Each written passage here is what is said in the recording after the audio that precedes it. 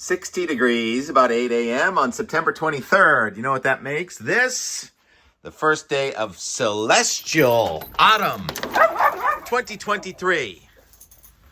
The sun is perpendicular at the equator, or was at 2:50 this morning. That's a Carolina Wren saying, "Good morning, Tim. Good morning, T-Rex. Good morning, Steve." T-Rex, get that Carolina Wren.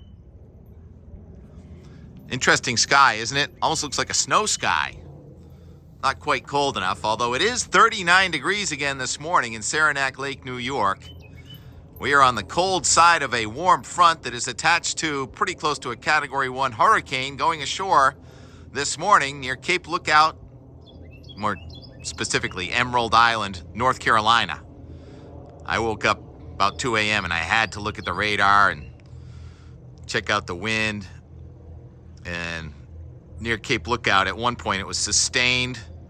And what was that? About 50 knots, gusting to 72 knots. So there were gusts to 84 miles an hour just off the beaches in North Carolina. And that buoy is only, the anemometer was 10 feet off the ocean surface with 20-foot seas at Virginia Beach.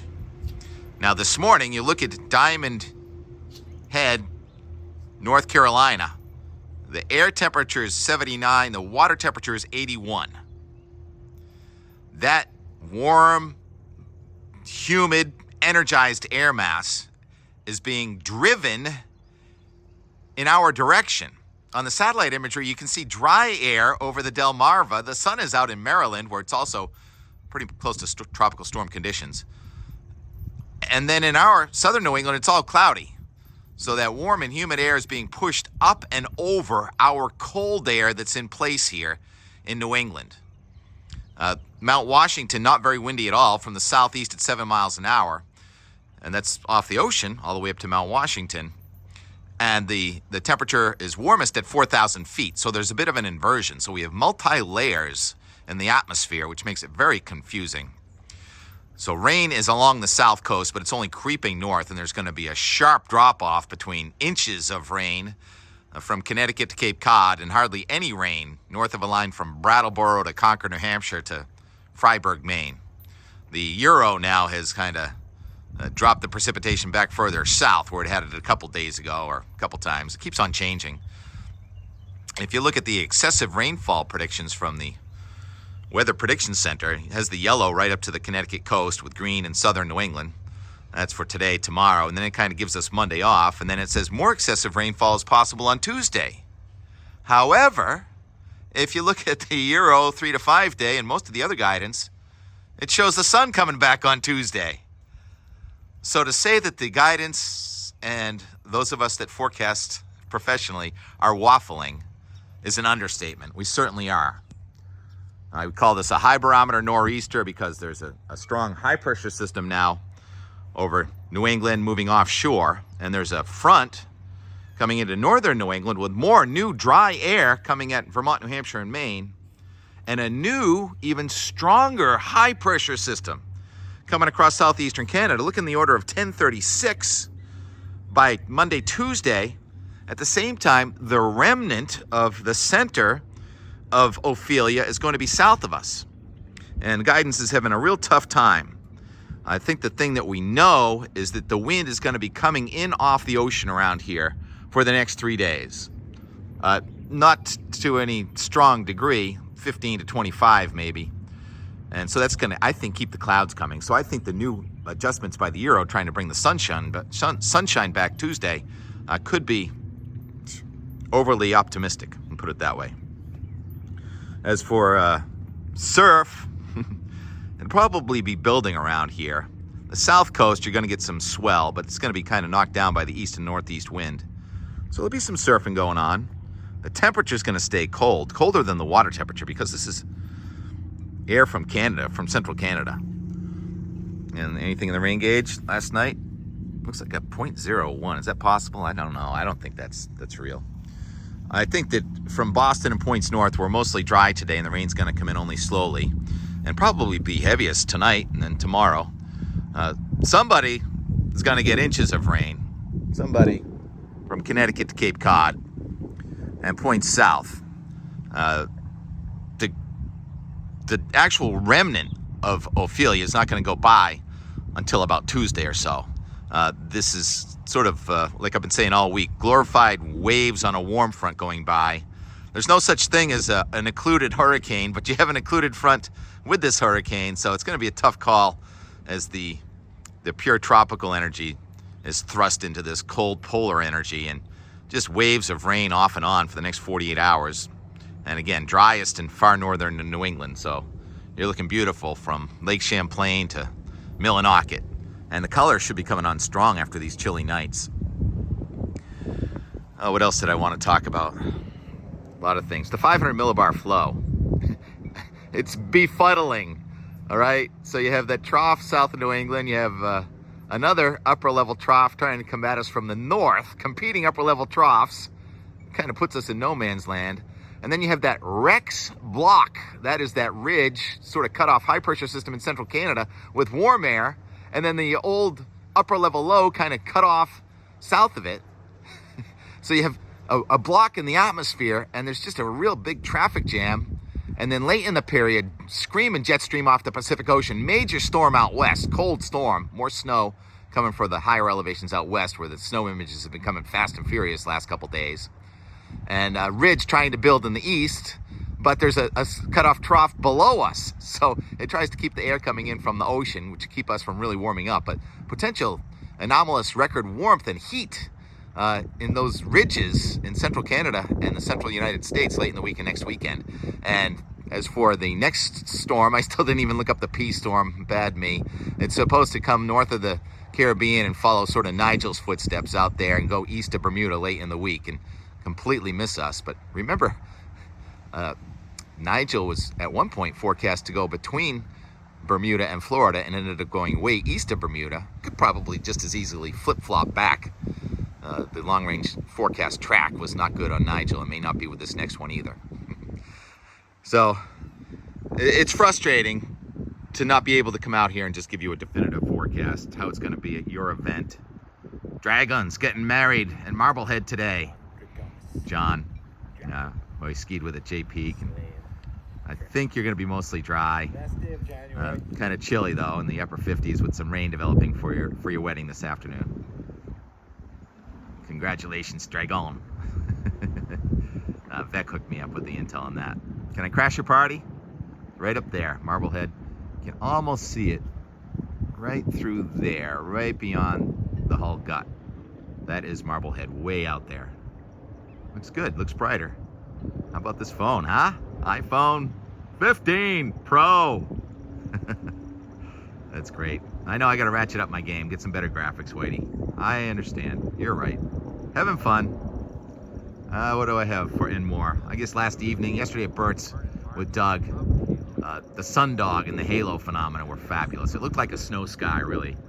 If this were winter, this would be snow for us too, by the way, in the higher elevations. So that's something we got going for us. Talk to you later.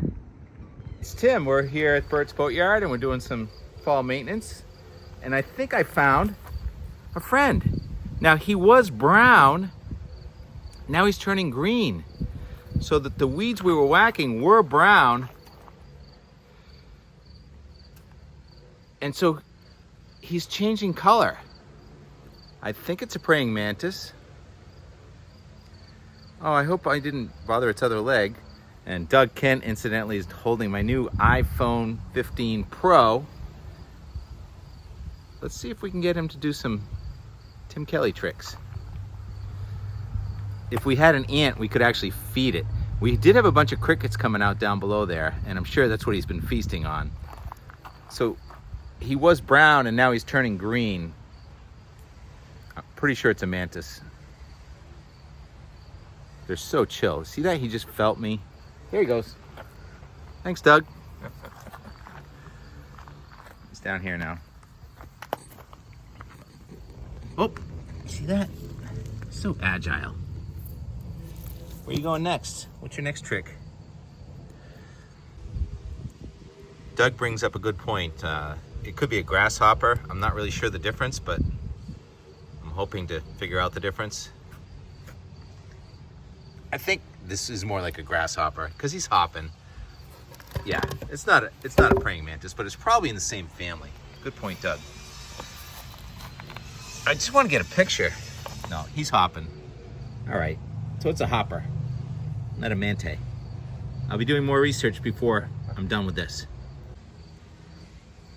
After further consideration, yeah, it's a grasshopper. I'm not sure the difference. I think the praying mantis, they have longer antennae and they get a longer, sleeker body. So this is a grasshopper.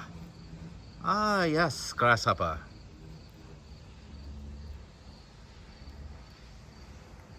I dare you to hop into the camera right now.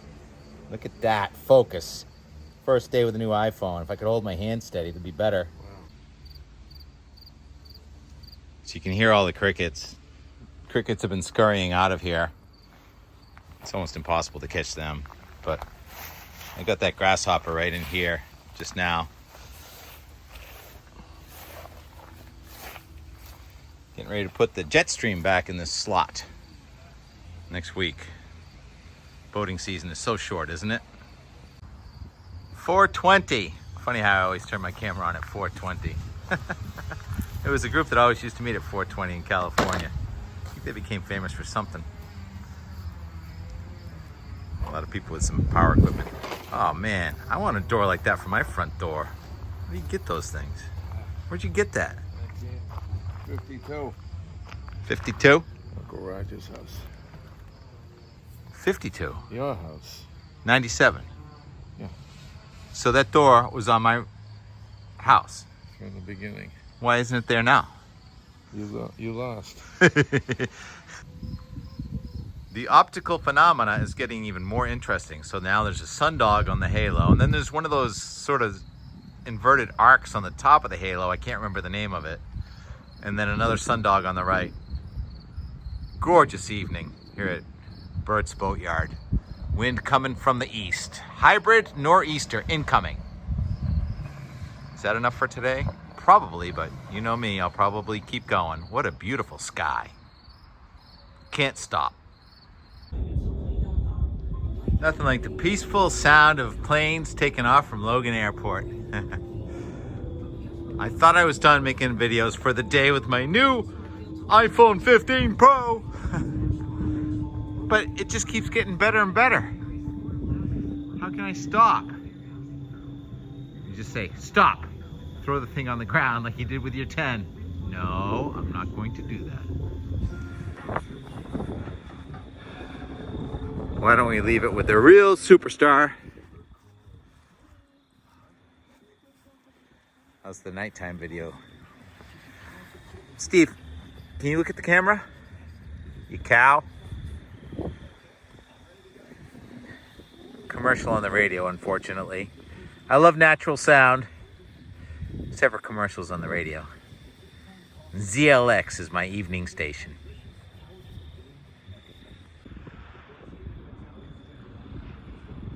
A moment without a jet plane sound that won't last long. It just keeps getting better and better.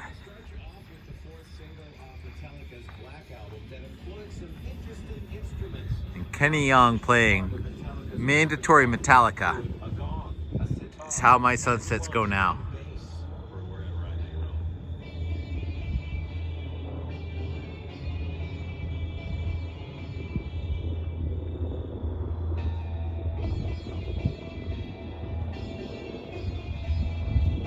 Nine times the zoom.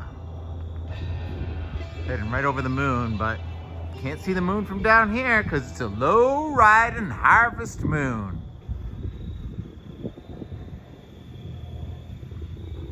Great view of the sunset though. Over Blue Hill, which is over behind those trees.